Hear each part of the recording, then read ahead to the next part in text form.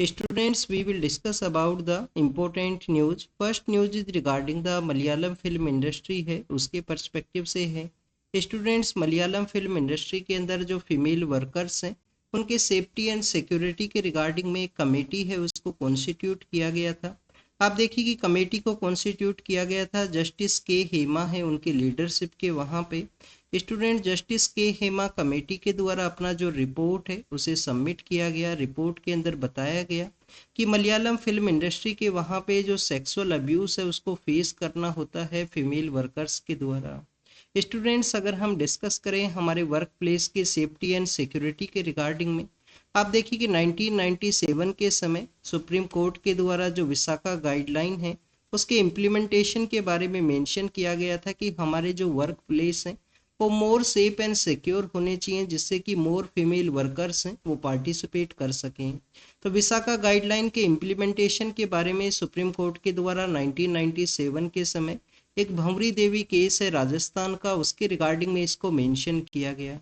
Students, अगर हम discuss करें हमारे जो वर्क प्लेस है उसके सेफ्टी के रिगार्डिंग में जो लॉ है उसके पर्सपेक्टिव से, तो 2013 के समय यूनियन गवर्नमेंट के द्वारा prevention of sexual harassment at work place का जो कानून है उसको लाया गया।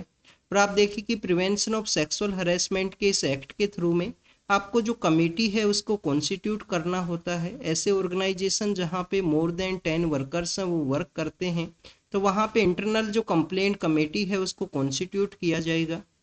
इंटरनल कंप्लेंट कमेटी के द्वारा किसी भी तरीके का हरेसमेंट का जो यहाँ पे एलिगेशंस लगाए गए हैं उसका जो एग्जामिनेशन है वो किया जाता है। आप देखिए कि ऐसे ऑर्गेनाइजेशंस हैं जहाँ पे लेस देन 10 वर्कर्स हैं वो वर्क करते हैं, वहाँ पे आपको लोकल जो कंप्लेंट कमेटी है वो देखने के लिए मिलेगा। लोकल कंप्लेंट कमेटी जो लोकल एडमिनिस्ट्रेशन है उनके अंडर में कॉन्स्टिट्यूट होता है। इसके अलावा स्टूडेंट्स, हमारा जो ministry of women and child development है उनके द्वारा भी एक इलेक्ट्रॉनिक बॉक्स है जिसको कि हम सी बॉक्स के नाम से जानते हैं, सी बॉक्स है उसको इम्प्लीमेंट किया गया था। सी बॉक्स का ये जो कॉन्सेप्ट है वो क्या है कि आप इलेक्ट्रॉनिक वे में भी आपका सेक्सुअल हरेसमेंट के अगेंस्ट में जो कंप्लेंट अगर आपको फाइल करना है तो आप इस इलेक्ट्रॉनिक बॉक्स के थ्रू भी अपना कंप्लेंट को फाइल कर सकते हो। तो this is all about the हमारे जो वर्क प्लेस है उसके सेफ्टी एंड सिक्योरिटी के रिगार्डिंग में हमने यहाँ पे रीड किया। स्टूडेंट्स, आप देखिए कि यहाँ पे जो लैंग्वेज है उसके बारे में मेंशन किया गया है कि जो मलयालम लैंग्वेज है उसके बारे में यहाँ पे मेंशन है। मलयालम लैंग्वेज को किस एरिया के अंदर बोला जाता है तो आपको केरल स्टेट के वहाँ पे देखने के लिए मिलेगा। बट आपको पता होना चाहिए कि हमारे यहाँ पे लैंग्वेज को बोलने के जो डायलेक्ट्स हैं वो एवरी 10 to 20 किलोमीटर के ऊपर उनका जो चेंजेज है वो आपको देखने के लिए मिलेगा। बट मेनली जो मलयालम लैंग्वेज है डिफरेंट डिफरेंट डायलेक्ट्स के अंदर में उसको केरल के वहाँ पे ही बोला जाता है, केरल के वहाँ पे इसका यूज है वो आपको देखने के लिए मिलेगा। क्या हमारा जो शेड्यूल 8 है, कॉन्स्टिट्यूशन का जो शेड्यूल 8 है वहाँ पे मलयालम लैंग्वेज को मेंशन किया गया है। तो स्टूडेंट, जो शेड्यूल 8 है वहाँ पे आपको जो मलयालम लैंग्वेज है ओरिजिनल फॉर्म के अंदर ही देखने के लिए मिलता है। आप देखिए कि ओरिजिनल जो हमारी 14th लैंग्वेज है, 14 लैंग्वेज हैं जिनको कि ऐड किया गया था 8th जो हमारा शेड्यूल है वहाँ पे, जिसके अंदर मलयालम का भी मेंशन है। इसके अलावा अगर हम क्लासिकल लैंग्वेज के पर्सपेक्टिव से रीड करें तो हमारे यहाँ पे टोटल आपको 6 जो क्लासिकल लैंग्वेज है वो प्रेजेंट समय में देखने के लिए मिलती हैं। एक मलयालम है, एक कन्नड़ है, कन्नड़ के अलावा आप देखिए कि तमिल है, तमिल के अलावा तेलुगु है, और संस्कृत एंड ओडिया लैंग्वेज है वो आपको क्लासिकल लैंग्वेज के रूप से देखने के लिए मिलेगा। तो आप देखिए कि टोटल जो 6 क्लासिकल लैंग्वेज है उसका भी पार्ट है मलयालम लैंग्वेज। हमारी जो ओरिजिनल जो लैंग्वेज हुआ करते थे 8th शेड्यूल के अंदर में उसके अंदर भी इसका पार्ट है। प्रेजेंट समय में 8 शेड्यूल के अंदर कितना लैंग्वेज है आप देखिए कि 22 हमारे यहाँ पे लैंग्वेज हैं जिनको कि different different constitution amendment act के थ्रू ऐड किया गया। जैसे कि कोंकणी है, कोंकणी के अलावा मणिपुरी है, नेपाली है, उसको एक डिफरेंट कॉन्स्टिट्यूशन अमेंडमेंट एक्ट के थ्रू में सबसे पहले सिंधी को ऐड किया गया था, फिर कोंकणी, मणिपुरी है, नेपाली आपको देखने के लिए मिलता है। फिर बोडो है, डोगरी है, मैथिली और संथाली है, उसको ऐड किया गया। इस तरीके से 22 जो लैंग्वेज है वो प्रेजेंट समय में आपको देखने के लिए मिलता है। नेक्स्ट अगर हम डिस्कस करें तो हाई कोर्ट के द्वारा तमिलनाडु के जो चीफ मिनिस्टर हैं उनको कुछ टेम्परेरी रिलीफ है वो प्रोवाइड किया गया है केस के पर्सपेक्टिव से। हमारे एग्जाम के पर्पस से ये इम्पोर्टेंट नहीं है। एग्जाम के पर्पस से इम्पोर्टेंट आप देखिए कि केस का जब रिजल्ट है वो अगर कोर्ट के द्वारा दिया जाता है तो वो एग्जाम के पर्पस से इम्पोर्टेंट है। अभी यहाँ पे जो केस है वो कम्प्लीटली आप देखिए कि सुनवाई का जो प्रोसीजर है उसी के अंदर में है, तो हमारे एग्जाम के पर्पस से इम्पोर्टेंट इंफॉर्मेशन नहीं है। नेक्स्ट अगर हम डिस्कस करें तो आप देखिए कि स्टूडेंट्स रिसेंटली यूपीएससी के द्वारा लेटरल एंट्री के पर्सपेक्टिव से एक एडवर्टाइजमेंट है उसको रिलीज किया गया था, तो उसी के अगेंस्ट में गवर्नमेंट के जो अलायंस के जो पार्टनर हैं उनके द्वारा उसके अगेंस्ट में अपना जो वॉइस है उसको रेज किया गया कि जो यहाँ पे लेटरल एंट्री की रिगार्डिंग में जो एडवर्टाइजमेंट है उसके अगेंस्ट में उनके द्वारा बताया गया है कि वो उसको सपोर्ट है वो नहीं करते हैं। अगर हम लेटरल एंट्री के कॉन्सेप्ट के बारे में डिस्कस करें तो लेटरल एंट्री का कॉन्सेप्ट ये है कि आप देखिए कि हमारी जो सिविल सर्विस है उसके अंदर में आपको जो जर्नलिस्टिक पोस्ट है वो देखने के लिए मिलती हैं कि एक सिविल सर्वेंट के द्वारा कभी आप देखिए कि एग्रीकल्चर का जो डिपार्टमेंट है उसको हेड किया जाता है कुछ समय के लिए, फिर कुछ समय के लिए उनके द्वारा हेल्थ का जो डिपार्टमेंट है उसको हेड किया जाएगा एज ए सेक्रेटरी या असिस्टेंट सेक्रेटरी का जो पोस्ट है वहाँ पे, फिर कुछ समय के लिए आप देखिए कि उनके द्वारा एजुकेशन का जो डिपार्टमेंट है उसको हेड किया जाएगा। तो इनके पास में जो जर्नलिस्टिक का जो आप देखिए कि एक्सपीरियंस है हर एक डिपार्टमेंट के रिगार्डिंग में है, बट किसी भी डिपार्टमेंट या किसी भी डोमेन के अंदर में हमारे जो सिविल सर्वेंट्स है वो एक्सपर्ट नहीं है। तो एक्सपर्ट पर्सन्स को इन डोमेन के अंदर में लेटरल वे में या देखिए कि बैकडोर एंट्री के पर्सपेक्टिव से ऐड करने को ही लेटरल एंट्री का जो कॉन्सेप्ट है वो बताया गया है। लेटरल एंट्री का कॉन्सेप्ट यही है कि डोमेन के अंदर में जो एक्सपर्ट पर्सन्स हैं उनको ऐड किया जा सके और वहाँ पे कुछ बेनिफिट है गवर्नेंस के पर्सपेक्टिव से उसका यूटिलाइज किया जा सके। बट उसकी कुछ ड्रॉबैक भी हैं स्टूडेंट्स। ड्रॉबैक्स क्या है? ड्रॉबैक्स हैं कि जो अकाउंटेबिलिटी है उसको ये इंश्योर नहीं करता है। आप देखिए कि यहाँ पे किसी भी पर्सन को लेटरल एंट्री के थ्रू जो एंट्री दिया जाएगा वो 3 ईयर से 5 ईयर का है। तो 3 ईयर से 5 ईयर के अंदर में अगर उनके द्वारा कोई भी यहाँ पे जो अगर आप देखिए कि मिसमैनेज किया जाता है तो उसकी अकाउंटेबिलिटी नहीं है, उनसे क्वेश्चन है वो नहीं किया जा सकता। ये कुछ उसके ड्रॉबैक भी हैं लेटरल एंट्री के। अभी ये टॉपिक न्यूज के अंदर है तो इस टॉपिक के प्रो एंड कॉन्स का जो कॉन्सेप्ट है, प्रो एंड कॉन्स का जो कॉन्सेप्ट है वो आपको जरूर से पता होना चाहिए। कौन कौन सी कमेटी है जिनके द्वारा लेटरल एंट्री हमारे यहाँ पे सिविल सर्विस के कुछ पार्ट्स के अंदर होना चाहिए। तो आप देखिए कि लेटरल एंट्री का जो कॉन्सेप्ट है उसको फर्स्ट एआरसी जो एडमिनिस्ट्रेटिव रिफॉर्म कमीशन है, सेकंड एआरसी उनके द्वारा मेंशन किया गया। फर्स्ट एंड सेकंड एआरसी दोनों के द्वारा ही मेंशन किया गया था कि हमारे यहाँ पे लेटरल एंट्री का जो कॉन्सेप्ट है वो होना चाहिए। आपको यहाँ पे कमेटीज के बारे में रीड करना है, प्रो एंड कॉन्स के जो पॉइंट्स है वो भी आपको पता होने चाहिए। नेक्स्ट अगर हम डिस्कस करें तो आप देखिए कि जो कांग्रेस का जो पॉलिटिकल लीडर है प्रेजेंट समय में राज्यसभा की मेंबर ऑफ पार्लियामेंट है, उनके द्वारा यहाँ पे हमारी जो ट्रेडिशनल इंडस्ट्री है उनके पर्सपेक्टिव से मेंशन किया गया है। इनके द्वारा स्टूडेंट्स आप देखिए कि जो हर घर तिरंगा का जो इनिशिएटिव है गवर्नमेंट का, जिसके थ्रू आप देखिए कि हमारा जो फ्लैग कोड है उसको भी अमेंड किया गया था हर घर तिरंगा के रिगार्डिंग में। फ्लैग कोड के अंदर यहाँ पे अमेंड किया गया कि आप देखिए कि जो फ्लैग है उसको किसी भी एक हाउस होल्ड है वहाँ पे होस्ट किया जा सकता है। उसके अलावा बताया गया कि किस समय तक आप देखिए कि हमारा जो फ्लैग है उसको लहराया जाता है, तो उसके रिगार्डिंग में एक कोड है वो हुआ करता था। तो उन सभी को यहाँ पे कुछ अमेंड किया गया था 2 ईयर बैक, जिससे कि हर घर तिरंगा जो इनिशिएटिव है उसको हाउस होल्ड्स के वहाँ पे भी इस जो इनिशिएटिव है इस आज़ादी का जो हमारा फंक्शन है इसको सेलिब्रेट किया जा सके हर एक घर के द्वारा। नेक्स्ट अगर हम डिस्कस करें, अगर कांग्रेस का जो यहाँ पे मेंबर ऑफ पार्लियामेंट है उनके द्वारा एडिटोरियल के अंदर मेंशन किया गया कि प्रेजेंट समय में हमारे जो फ्लैग्स हैं वो पॉलिस्टर को एज ए रॉ मटेरियल को यूज किया जाता है फ्लैग का मैन्युफैक्चरिंग के रिगार्डिंग में। और आप देखिए कि पॉलिस्टर जो मटेरियल है उसका जो रॉ मटेरियल है उसका आपको जो यहाँ पे इम्पोर्ट है वो बेसिकली चाइना से देखने के लिए मिलता है। तो हमारे जो ट्रेडिशनल इंडस्ट्रीज हैं जिसके अंदर हमारा जो कॉटन को यूज किया जाता था या जो खादी है उसके रिगार्डिंग में उसका यूज आपको देखने के लिए मिलता है फ्लैग का जो मैन्युफैक्चरिंग है उसके पर्सपेक्टिव से।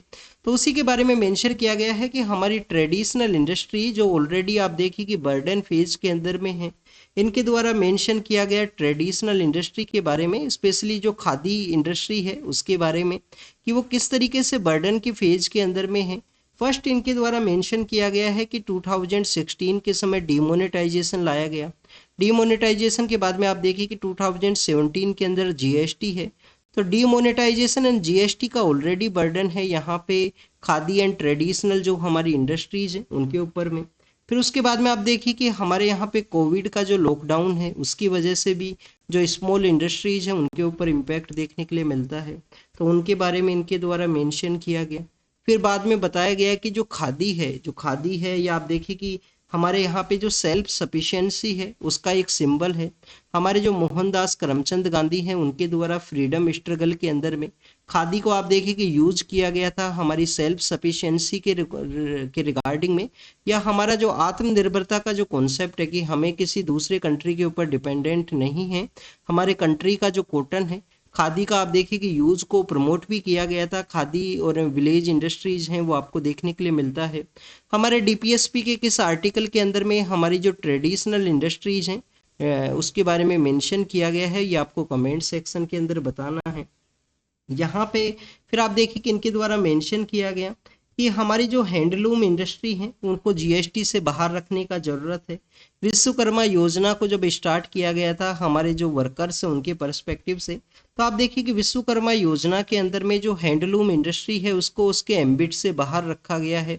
विश्वकर्मा योजना जो लास्ट ईयर स्टार्ट किया गया जिसके अंदर हमारे जो हेयर बाल जो काटने वाले जो पर्सन्स हैं, आप देखिए कि हमारे जो बार्बर्स हैं, इसके अलावा हमारे जो स्मॉल स्मॉल जैसे वुड के वर्क के रिगार्डिंग में कोई पर्सन है, कोई कंस्ट्रक्शन एक्टिविटी से रिलेटेड कोई पर्सन है, तो उनको बेसिक कुछ ट्रेनिंग प्रोवाइड किया जाएगा। कुछ सर्टिफिकेशन का जो कॉन्सेप्ट है उसके अंदर मेंशन है जो विश्वकर्मा योजना है उसके अंदर में।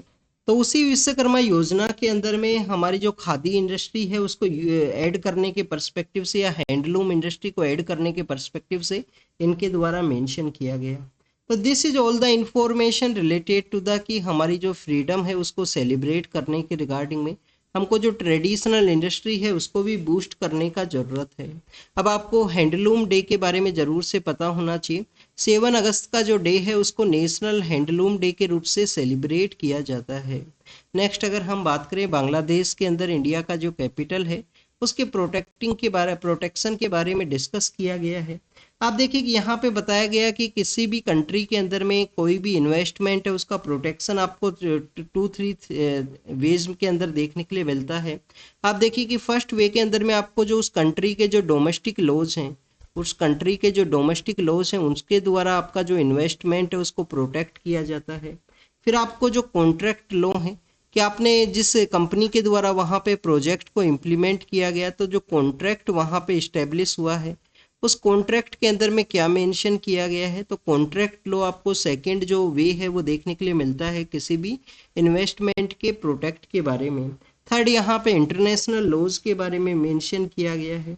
और आप देखिए कि बांग्लादेश के वहाँ पे इंडिया का काफ़ी सारी इंडस्ट्रीज हैं, आपने जिसके अंदर एडिबल ऑयल का इंडस्ट्री है, पावर सेक्टर का इंडस्ट्री है, फार्मा का है, जिसके अंदर इंडियन जो इन्वेस्टमेंट है वो वहाँ पे किया गया है इंडियन कंपनीज के द्वारा। तो उसी इस जो प्रेजेंट अनसर्टेन सिचुएशन है उसके अंदर उन सभी जो इन्वेस्टमेंट है उसको कैसे प्रोटेक्ट किया जा सके। इंडिया और बांग्लादेश का अगर हम बायलेटरल इन्वेस्टमेंट ट्रीटी के बारे में मेंशन करें तो आप देखिए कि बायलेटरल इन्वेस्टमेंट ट्रीटी जो बीआईटी है इंडिया और बांग्लादेश का बायलेटरल इन्वेस्टमेंट ट्रीटी, उसे 2009 के समय साइन किया गया था जिसका मेन पर्पस था कि जो इन्वेस्टमेंट है उसको प्रोटेक्ट करना है और इसके अलावा फेयर एंड इक्विटेबल जो ट्रीटमेंट है उसको कैरी करना है। स्टूडेंट्स इन्हीं सब पॉइंट्स के बारे में यहाँ पे मेंशन है कि इंडियन जो इन्वेस्टमेंट है उसको प्रोटेक्ट करने का ज़रूरत है। और आप देखिए कि जो नेक्स्ट आर्टिकल है उसके अंदर भी मेंशन यही किया गया कि इंडिया का जो पावर एक्सपोर्ट के जो रूल्स हैं उसके अंदर में अमेंड लाने के बारे में मेंशन है। अमेंडमेंट के बारे में मेंशन क्यों है, आप देखिए कि हमारे यहाँ से हमारे झारखंड में एक प्लांट है जहाँ से बांग्लादेश को जो पावर है उसका सप्लाई किया जाता है, बट अगर पावर का जो पेमेंट है वो नहीं किया गया उस अनसर्टेन सिचुएशन के अंदर में, तो उनको जो पावर है जो पावर प्लांट के द्वारा जो पावर एक्सपोर्ट के पर्सपेक्टिव से जो प्लांट को डेवलप किया गया था तो उस प्लांट को जो पावर है उसको इंडिया के लिए भी वापस से सेल किया जा सकता है, उसके बारे में मेंशन है। नेक्स्ट अगर हम डिस्कस करें इसी पावर प्लांट के बारे में, तो आप देखिए कि झारखंड के वहाँ पे जो पावर प्लांट है अडानी ग्रुप के द्वारा उसको इस्टेब्लिश किया गया। इंडिया का फर्स्ट आपको जो ट्रांसनेशनल जो प्लांट है वो आपको देखने के लिए मिलेगा, जिसको कि हम गोड्डा नाम के जो प्लांट है उसके नाम से भी जाना करते हैं। गोड्डा नाम का ये प्लांट है। इसके अलावा स्टूडेंट्स अगर हम डिस्कस करें तो यहाँ पे कोल का जो इम्पोर्ट है उसके बारे में भी मेंशन है कि इंडियन जो कंपनीज है उनके द्वारा कोल है जो ऑस्ट्रेलिया से इंपोर्ट किया जाता है। और कोस्ट ऑस्ट्रेलिया से जो कोल है इंपोर्ट के बाद में आप देखिए कि इंडिया के अंदर आपको मोर एमिशन देखने के लिए मिलेगा, और उसको फिर सप्लाई किया जाता है वो बांग्लादेश के वहाँ पे। तो 2017 के समय 25 ईयर्स का जो एग्रीमेंट है वो साइन किया गया था। अभी जो एक्सपोर्ट रूल्स हैं उसके अमेंडमेंट के बारे में मेंशन है। नेक्स्ट अगर हम डिस्कस करें बन्नी जो ग्रासलैंड है उसके बारे में है। कच्छ जो डिस्ट्रिक्ट है वहाँ पे आपको लैंड का जो रीस्टोरेशन है उसके पर्सपेक्टिव से जो बन्नी ग्रासलैंड है वो आपको देखने के लिए मिलेगा। स्टूडेंट्स अगर हम बन्नी ग्रासलैंड के ही बारे में डिस्कस करें तो आप देखिए कि हमारे यहाँ पे जो ग्रासलैंड का जो इकोसिस्टम है, ग्रासलैंड है जो आपको हर एक एरिया के अंदर देखने के लिए मिलता है, चाहे वो डेजर्ट का एरिया हो, डेजर्ट के वहाँ पे भी ग्रासलैंड का प्रेजेंस है। सेमी डेजर्ट है, सेमी अरिड कंडीशन है, वहाँ पे भी ग्रासलैंड का प्रेजेंस है। बट आप देखिए कि एल्पाइन जो एरिया है, जो यहाँ पे कंप्लीटली स्नो का जो एरिया है, वहाँ पे आपको ग्रासलैंड का जो प्रेजेंस है वो नहीं देखने के लिए मिलेगा। वहाँ पे जब भी समर का जो कंडीशंस डेवलप होती हैं उसी समय पे वहाँ पे कुछ समय के लिए जो ग्रासलैंड्स हैं, या आप देखिए कि जो फ्लावर्स हैं उनका जो ग्रोइंग सीजन है वो आपको देखने के लिए मिलता है। अगर हम बात करें ग्रासलैंड के बारे में तो इंडिया के कंप्लीट टेरिटरी के अंदर में जो 24% एरिया है उसको ग्रासलैंड का जो टेरिटरी है उसके बारे में मेंशन किया गया है। एग्रीकल्चर कन्वर्जन की वजह से आपको यहाँ पे जो ट्री बेस्ड प्लांटेशन है या इन्वेजिव स्पीसीज हैं, तो ये आप देखिए कि जो मेगा डेवलपमेंट प्रोजेक्ट्स हैं उसकी वजह से ग्रासलैंड के ऊपर इम्पैक्ट है वो आपको देखने के लिए मिलता है। बट गन्नी बन्नी ग्रासलैंड के बारे में यहाँ पे मेंशन किया गया जो कच्छ के एरिया के अंदर उगाया जाता है गुजरात के अंदर में, और लैंड के रिस्टोरेशन के पर्सपेक्टिव से one of the best example है। कौन सा जो ट्राइब है उनके द्वारा ये ग्रासलैंड उगाया जाता है, मालधारी ट्राइब है। मालधारी ट्राइब के द्वारा ये ग्रासलैंड को उगाना आपको देखने के लिए मिलेगा। लैंड का जो रिस्टोरेशन का जो टारगेट है, बोन कन्वेंशन के अंदर में इंडिया का कितना टारगेट है लैंड रिस्टोरेशन का, ये आपको कमेंट सेक्शन के अंदर बताना है। ये आपका होमवर्क है। कच्छ कहाँ पे है? कच्छ का डेजर्ट का भी एरिया है। वहां पे आप देखिए कि आपको जो खराई कैमल्स हैं वो भी आपको देखने के लिए मिलते हैं। खराई कैमल्स का जो प्रेजेंस है वो भी आपको वहां पे देखने के लिए मिलेगा। नेक्स्ट अगर हम डिस्कस करें सायरा बानो केस के रिगार्डिंग में, आप देखिए कि सुप्रीम कोर्ट के वहां पे हमारी जो सेंट्रल गवर्नमेंट है उनके द्वारा अपना एक एफिडेविट है उसको सबमिट किया गया और बताया गया कि सायरा बानो केस के अंदर में सुप्रीम कोर्ट के ही द्वारा बेसिकली जो डीक्रिमिनलाइजेशन है उस process, sorry criminalisation of triple तलाक है उसके बारे में मेंशन किया गया था। तो उसी के रिगार्डिंग में गवर्नमेंट के द्वारा 2019 के समय जो कानून है जो लॉ है उसको फ्रेम किया गया। बेसिकली आप देखिए कि यहाँ पे जो ट्रिपल तलाक का जो कॉन्सेप्ट है जिसकी वजह से वुमेन्स का जो सिचुएशन है वो आपको काफ़ी सारी प्रॉब्लम्स उनको फेस करते हुए आपको देखने के लिए मिलती हैं। तो आप देखिए कि जो उसके अंदर दो कॉन्सेप्ट है, तिलाक के बिद्दत है, तिलाक के सुन्नत है। तो उसी के अंदर में एक जो तलाक का जो कॉन्सेप्ट है उसको बैन किया गया गवर्नमेंट के द्वारा, उसको क्रिमिनलाइज ऑफेंस है वो बनाया गया है। नेक्स्ट अगर हम डिस्कस करें इंडिया का जो यहाँ पे सोवरेनिटी है या जो डिसीजन मेकिंग पावर है वो किसी भी कंट्री से इन्फ्लुएंस नहीं है।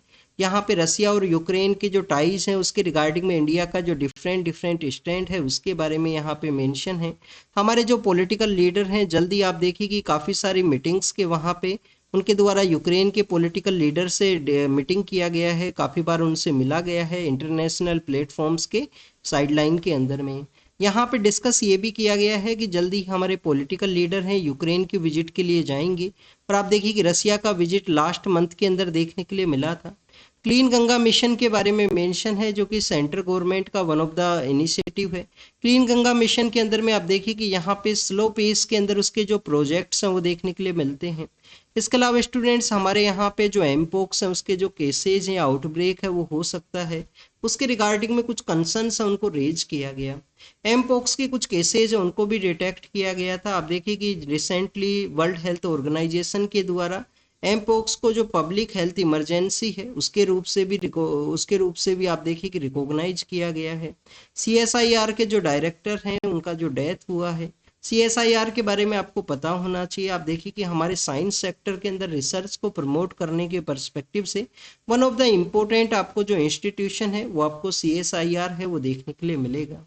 नेक्स्ट अगर हम बात करें स्टूडेंट्स, यहाँ पे मेडिटेरियन का एक आइलैंड है, सिसिली के नाम से एक आइलैंड है, उसके बारे में मेंशन किया गया है। मेडिटेरियन जो सी है उस एरिया के अंदर ये सिचुएटेड है। नेक्स्ट अगर हम बात करें फिलीपाइंस के पर्सपेक्टिव से है, जहाँ पे एमपोक्स का जो केस है वो डिटेक्ट किया गया है। और इसके अलावा आप देखिए कि रसिया के जो चाइना के जो पॉलिटिकल लीडर हैं उनके द्वारा रसिया के वहाँ पे विजिट किया जाएगा आने वाले समय के अंदर में। जापान के वहाँ पे वर्ल्ड वॉर 2 के समय का आप देखिए कि एक जो मोन्यूमेंट था उसको डिस्ट्रॉय की उसको यहाँ पे डैमेज किया गया है, वेंडलाइज किया गया है, उसके बारे में मेंशन है। चाइना और फिलीपाइंस का जो शिप्स है उनके बीच में कोलाइड हुआ है साउथ चाइना सी के वहाँ पे। फिलीपाइंस के द्वारा आप देखिए कि क्लेम भी किया गया कि चाइना के द्वारा काफ़ी सारा जो टेरिटरी है उसको यहाँ पे कैप्चर करने का कोशिश किया गया है साउथ चाइना सी के एरिया के अंदर में। यहाँ पे आपको यूएन क्लोज का जो लॉ है उसके बारे में भी मेंशन होना चाहिए कि 200 जो नॉटिकल माइल्स है वहां तक किसी कंट्री के द्वारा अपनी एक्टिविटी को कैरी आउट किया जा सकता है। ओपन सी के एरिया के अंदर में आप देखिए कि सभी कंट्रीज के लिए वो एरिया है वो ओपन है। हजीबुल्ला के बारे में मेंशन है, हजीबुल्ला जो एक्सट्रीमिस्ट ऑर्गेनाइजेशन है वो आपको नॉर्दर्न पार्ट ऑफ इजराइल के वहाँ पे जो लेबनान सिचुएटेड है, सपोज कीजिए इजराइल है तो यहाँ पे जो लेबनान सिचुएटेड है वहाँ पे है हजीबुल्ला नाम का जो ऑर्गेनाइजेशन है। और हम आप देखिए कि यहाँ पे जो गाजा स्ट्रिप है उसके पर्सपेक्टिव से है, कुछ जो काउंटर बॉम्बिंग्स हैं उनके बारे में मेंशन किया गया है। तो this is all the information related to the today's newspaper. आप इसके जो भी इंफॉर्मेशन आपको मिला हो उसको नोट डाउन कीजिए और उसको रिवाइज कीजिए student. Thank you students, thank you very much.